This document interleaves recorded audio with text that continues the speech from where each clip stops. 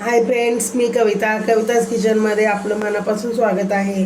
आज मी बनवणार आहे साखरमाळ म्हणजे गाठी. त्याच्यासाठी मी आधी वाटीमध्ये तेल टाकते. तेल वाटीला चोळून घेऊया म्हणजे चिटकणार नाही खाली. सर्व वाट्यांना चोळून घ्यायचं आहे तेल आणि नंतर धागा लावायचा. तर आपण याच्यामध्ये धागा टाकून घेऊया.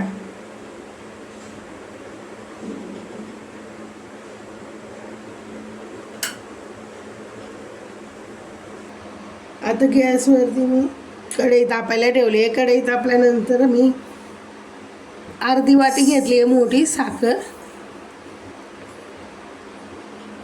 अर्धी वाटी मी पाणी टाकते याच्यामध्ये.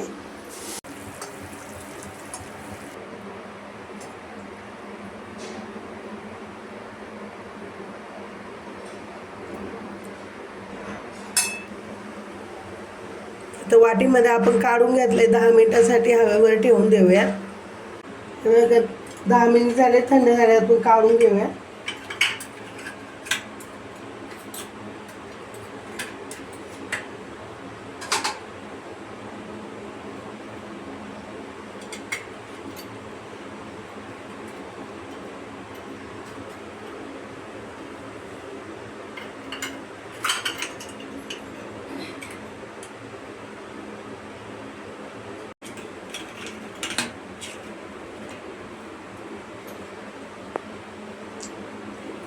तयार आहे आपली साखरमाळ.